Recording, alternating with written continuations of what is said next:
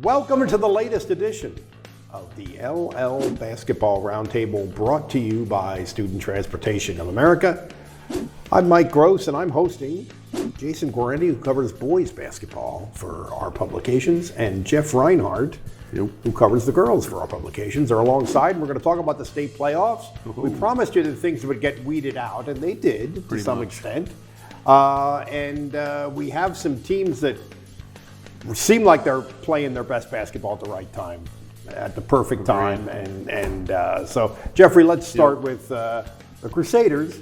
Yes. They've been good all year, so I guess they're not playing their best at the right time. They're playing as well as they have all year. Oh, yeah. Yeah. Okay, AAA girls. Lancaster Catholic is the last LL League girls basketball team standing as we sit here midweek. 2 state games, 2 mercy rolls. Catholic beat Masterman out of District 12 handily, and then Tuesday night, Catholic beat New Hope Sulbury, District 1 champ. But they had 11 losses, so they must have played a pretty tricky schedule. Catholic rolled them, forced the mercy roll in the third quarter. So Catholic's playing great, 26-2, 10-game winning streak, won the section, won the league, won the district. They play Hughesville next, District 4 champ. They upset Loyal Sock in the District 4 title game. Loyal Sock is also still alive, and that's the team that knocked Columbia out in the first round. Right. So Hughesville, Lancaster Catholic Friday night. Everybody's kind of playing their best ball because they're still standing. Catholic's playing great. Their defense has been razor sharp, turning teams over, getting fast breaks, finishing. Crusaders have been tough. So I think they're motivated here for this game on Friday. Last year, Catholic lost to Dunmore in the state semifinals, left a bad taste in their mouth. Catholic has the whole crew back from that team. And Dunmore has already been eliminated. So the bracket is there for Catholic.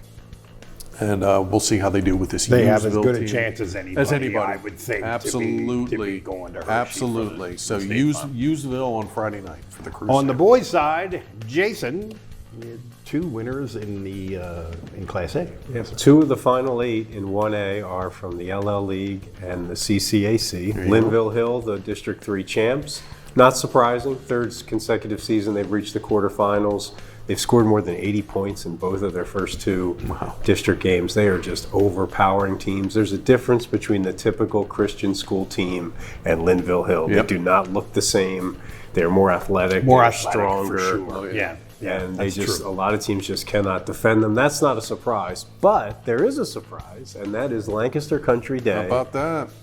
Which is the 5th place finisher out of District 3. Cougars.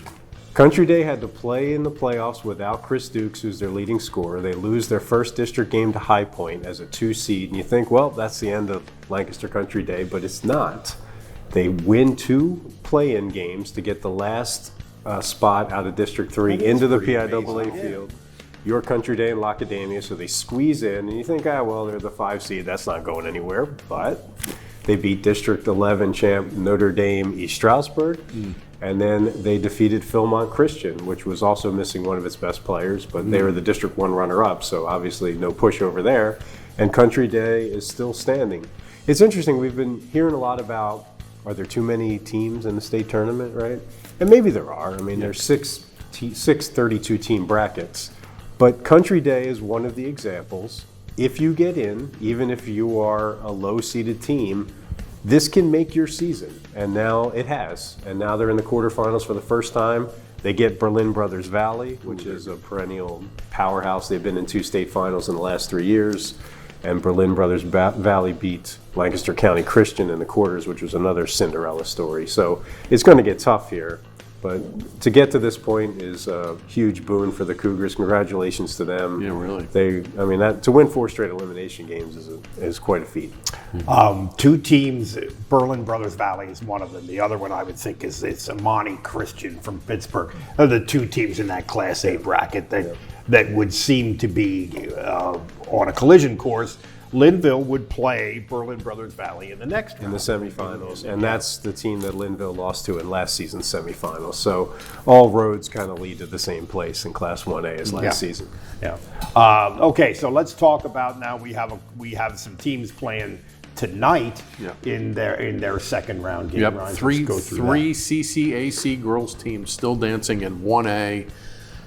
Linville Hill, again, like every week we sit here and we just marvel at what these kids are doing.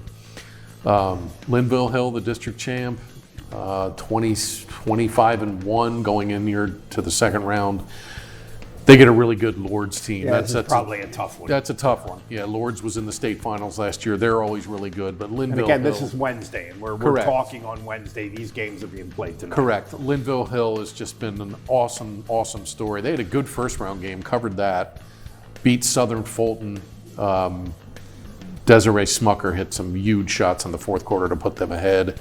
They've just found ways now playing these trickier postseason games. Linville Hill's been great. What do they have? 2 losses between the girls team and the boys team. It's unbelievable. Mount Calvary's still alive here. They got a forfeit. There's been 3 forfeit games in states on the girls brackets, which is kind of disappointing.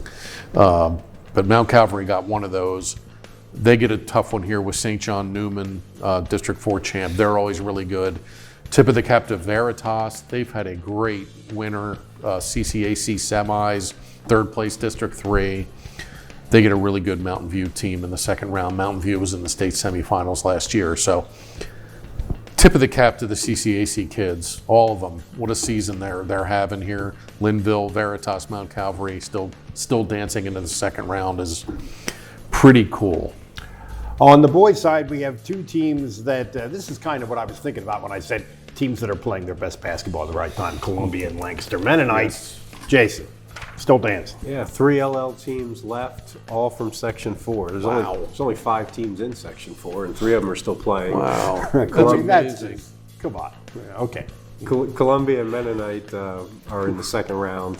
Neither has an overwhelming matchup. These are both winnable games. Columbia takes on Math, Civics, and Sciences, which is missing its leading 2 scorers because of the transfer rule. Same reason why Chris Dukes isn't playing for Lancaster Country Day. If you transfer after your sophomore year, you can't play in the postseason. It's also the end of Math, Civics, and Sciences as a school at the end of this year. I didn't know So that. there's some emotion there. They're going to be playing, this is their last run as a group, for all of them, no matter what year they are. And Lancaster Mennonite is traveling to face Conomock Township, the District 5 champ. Mennonite breezed past St. John Newman in the first round, playing really well now. They did. I covered that game. They were really good. They are playing with so much confidence for such a young group. They're going to be better next year, but they're pretty good right now. And this is a very winnable game. So both these teams have a chance to reach the quarterfinals and make a run. Mennonite's potentially looking at Constitution in the quarterfinals if they get through. I mean, we're looking ahead because obviously this game is going to be played before you see them, but that's how the bracket probably plays out for Mennonite. And, Columbia has the 3 seniors, Artie Poindexter, Jordan Poole, and Braylon Miller, who have been 4-year varsity players, 3-year, big minute players, and they've played together forever. And this is their last ride, and they want to go out with a bang, as Miller said. Math, Civics, and Sciences. Are they the Mighty Elephants? Mighty Elephants. The Mighty They are Elephants. the Mighty Elephants. The Mighty Elephants are no more. I didn't realize their at the school end was of closing. At the end of this school About to year. be extinct. The Yeah, Mighty yeah, Elephants. that's right. So anyway, anything else now for the good of the org? 2 girls coaching notables. Warwick, Danny Sinowitz stepped down like the next day. So they already went through their whole interview process and everything. I've been told by a couple of reliable sources that Warwick has a name for the school board, probably the April school board meeting. And it's a local coach. She's not a head coach, but she's a local assistant coach in the LL League who knows her way around. Right, laying the groundwork. Look for that. Warwick will have a new coach. And I was told the Donegal coach stepped down, Matt Warner, so there'll be a new coach at Donegal. They got to go through the whole process. So 2 new coaches already here. And we're still in basketball season, so keep an eye out for that. Anything, Jason? The only coaching change in boys' side is Scott Gaffey is no longer at Ephrata. which is interesting because Effort is heading into their big year. 4 of their returning starters are going to be seniors. So that's a team that should take a leap next season, but they're going to have to do it with a different coach who wasn't part of this build. Scott built that program from 0-22 to not quite district playoffs, but one line below qualifying for districts. So whoever gets that job is inheriting a good situation. There you go.